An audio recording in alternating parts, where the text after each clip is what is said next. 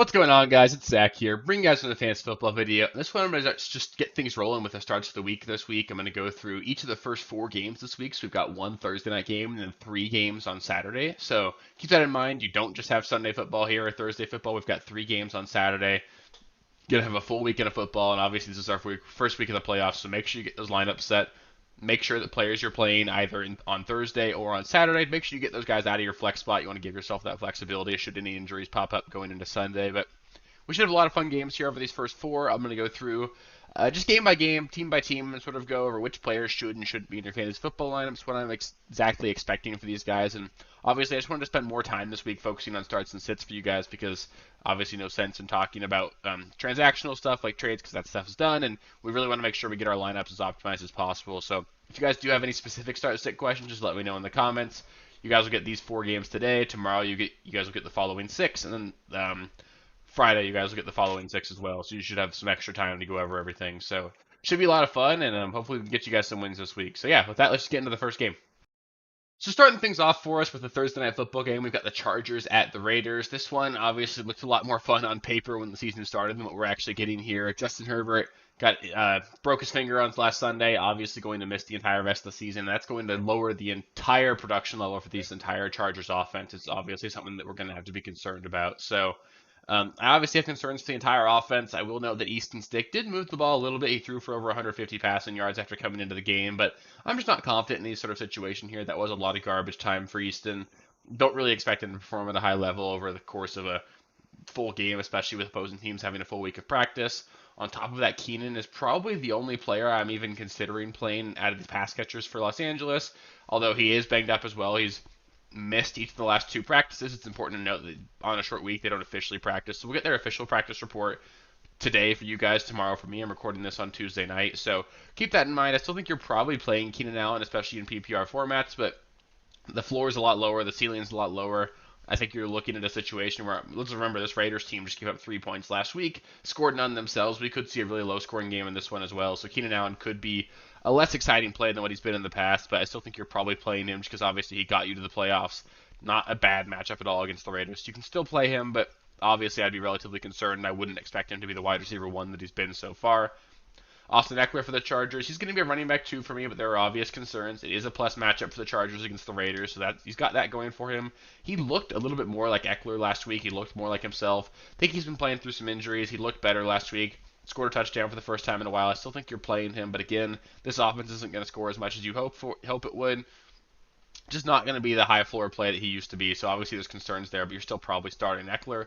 Then you're sitting all the other Chargers. I know a guy like Joshua Palmer was a popular waiver ad. He could be coming back this week. Obviously, we've got Quentin Johnson sort of breaking out a little bit last week. Gerald Everett's been involved, but just I don't want to play any of those ancillary pieces with a backup quarterback in his first week here. So I'm benching all of those guys. For the Raiders, Davante Adams, I still think he needs to be in your lineups. Obviously, it's been a bumpy season for him, but he's the clear number one wide receiver in this offense. This is a plus matchup against the Chargers, and he's obviously just the focal point of this offense for the Raiders. So you're going to play Davante Adams even after a down week last week. Josh Jacobs is the big story here. He's up in the air with an injury. He left the fourth quarter of last game with a quadricep or knee injury. I really don't want to play the backup running backs if he sits. It's not going to be a situation where Zamir White or Amir Abdullah get everything. They'll split it. It'll be sort of like a Clyde Edwards-Helaire, Jerick McKinnon situation that we saw the standard. You have one guy getting first and second down, the other guy getting the passing downs, and this isn't an offense that's good enough where I'm comfortable playing a guy that's not going to get the full allotment of snaps. So I'm benching regardless. Or I'm mentioning both backups regardless of what happens here, but if Josh Jacobs does start, he's probably a top 15 play. I think you could look elsewhere, but it's obviously a plus matchup against the Chargers. We've seen Josh Jacobs play through injury and perform at a high level before, so I still think you can play him, but I would obviously have there's obviously a lot more risk playing a guy coming off of an injury like that, but I still think you're probably starting Jacobs if you have him and he plays. Then you're probably going to bench all the other Raiders. You're not going to play Aiden O'Connell even in a plus matchup. Myers isn't reliable enough for me to trust him, and Michael Myers hasn't been involved enough for me to trust him either. So it's going to be Adams for sure, and then Jacobs probably if he plays, and that's going to be it for the Raiders this week. Next up, we got the first Saturday morning game. We got the Vikings at the Bengals. Justin Jefferson's going to be the big question here. We saw him take a big hit to the back last week, had to go to the hospital. It sounds like all the preliminary reports are positive, and it sounds like he's got a good shot to play this week. And at this point, I'm actually expecting Justin Jefferson to suit up in this one. He'll probably want to play against his college teammate from LSU. He'll probably want to play against Jamar Chase. So I bet he ends up playing, and there's just no way I can bench Justin Jefferson in the fantasy playoffs if he's active.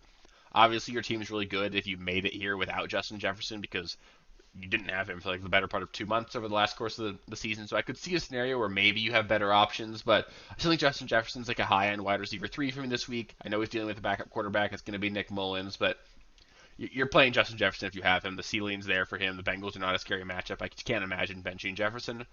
Jordan Addison, he'd be a wide receiver 3 for me or a flex if Justin Jefferson sits, but I think regardless, I probably just want to sit him. Hasn't been super involved lately.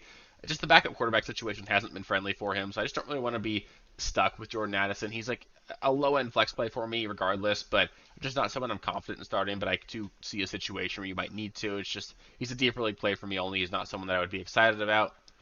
TJ Hawkinson, though, he's a must start. This is an elite matchup, one of the best matchups for fantasy tight ends on the season. The Bengals just can't defend the tight end position at all. Hawkinson's going to be potentially the number one look in the offense, at least the number two behind Jefferson. We saw Nick Mullins really hyper target him last week. Mullins is going to be a guy that'll get the ball to the open receiver. Hawkinson's going to get open quite a bit. Against the Bengals, so I think you got to play TJ Hawkinson for sure. We are still waiting for some news on Alexander Mattison. We saw him leave the game last week with an injury. I'd be shocked if we saw Alexander Mattison suit up in this one, so I think it's going to make Ty Chandler like a low-end running back 2 this week in his absence. Chandler obviously should see the Lions share the touches in this situation. He's an explosive player, always a threat to take one to the house, so I think you could definitely start Ty Chandler as like a low-end running back 2 here, but he's not someone that I'd be super confident in. He should see 15 to 20 touches, though, and he's good enough that you can play him for sure. He'll definitely catch some passes as well, so you can play Chandler for sure. For the Bengals, Joe Mixon, he's going to be a must-start for us. Obviously, Chase Brown's getting more and more involved, and this Vikings defense did look really good this last week, and they've actually been better of late, so it's important to note that this isn't like the plus matchup that they've been over the course of the season. This Vikings defense is playing a lot better than it has been over the whole course of the season, so I still think you're playing Joe Mixon. He's obviously going to get a ton of work. He's effectively the focal point of the offense right now, and they're running a lot of screen passes. It's going to both him and Chase Brown, but they're hyper-targeting the running backs. They're giving them all the short yardage work, and Joe Mixon's definitely going to be a guy that you're getting in your lineup. Jamar Chase is going to be a wide receiver 2 for me, but there's obvious downside and upside. We've seen both sides of it over the last 2 weeks. He probably won a lot of people some matchups in week 13, and then in week 14 he might have lost you guys a lot of matchups. So you can play him, obviously, but the Vikings defense, like I said, they have been really solid lately, so there is a floor here for Jamar Chase. We've seen it over the last couple of weeks with these backup quarterbacks. Jamar Chase isn't like the wide receiver 1 you drafted him to be at this point, but he's obviously got that ceiling. You're probably playing him, but just understand that it is a hairy situation there. And then you're going to sit all the other Bengals. There's no way I'm playing T. Higgins in this matchup. Like I said, the Vikings defense actually scares me a little bit. T. Higgins did come through with 2 big catches last week, but it still wasn't a great fantasy performance. Tyler Boyd, not involved enough. None of the tight ends are involved enough. Maybe you could stream Tanner Hudson if you really want to, but I'm not excited about it. And then Chase Brown, even though he's been more involved lately, I just don't want to trust him in my fantasy lineup in the playoffs here. So, and obviously Jake Brown, he's been good the last couple of weeks. You could stream him if you really want to, but like I said, this Vikings defense actually has me a little bit scared. It's not a situation where he's just a good enough quarterback that I want to trust it. He had a lot of his production on the screen pass last week, and a lot of his production the week before on a huge bomb to Jamar Chase. So just don't really want to rely on Jake Browning in my fantasy playoffs here. So I prefer to keep him on the bench for sure. Next up, we got the Steelers at the Colts, and there's very few must-starts, honestly, in this game. I think for the Steelers, Najee Harris and Jalen Warren, they're both going to be like low-end running back 2 plays for me. I do think I prefer Najee to Jalen Warren. He obviously performed just a little bit better this last week, and he's going to have the extra 10 days to recover from the injury that almost kept him out of their game last week. So I think Najee should see the majority of the work. It is a plus matchup for running backs, so I think there will be some value to be had out of the 2, but it's just tough for me to confidently tell you which one it's going to be. So I don't have a lot of confidence in either one, but I think if you're using them as like a low-end flex play, a desperation running back 2, you can certainly do that, but there's no level of confidence that I have in either one of these guys. Deontay Johnson, he's a wide receiver 3 for me. It is a plus matchup against the Indianapolis Colts. We see the Colts games often end up being really high scoring. The Colts are one of the fastest paced offenses in the NFL, so there just end up being a lot more plays in their games over the course of the season. Deontay Johnson's been good the last couple of weeks. Trubisky does hyper target him. I think Deontay Johnson's a solid wide receiver 3 play, but we just have to keep that in mind. This Steelers offense just really hasn't looked great. Mitch Trubisky is not going to be solid by any means. There's obviously a very low floor for any Steeler that you're playing. Pat Freiermuth, you can play him for sure. He will see some targets over the middle of the field. He's probably not going to goose you, but again, it's not a situation where there's much of a floor there. I prefer, generally with the tight ends I'm streaming, I want there to be some touchdown upside, and I just don't know how much of that there is in the Steelers offense. The Steelers will probably score around 20 points in this game, maybe 1 or 2 touchdowns, so it's not a super high floor for him at all. There's very little upside, but you can play Freiermuth for sure. And then that'd be it for me for the Steelers. George Pickens, I can't imagine playing him, and there's no way you're looking at anybody else for them.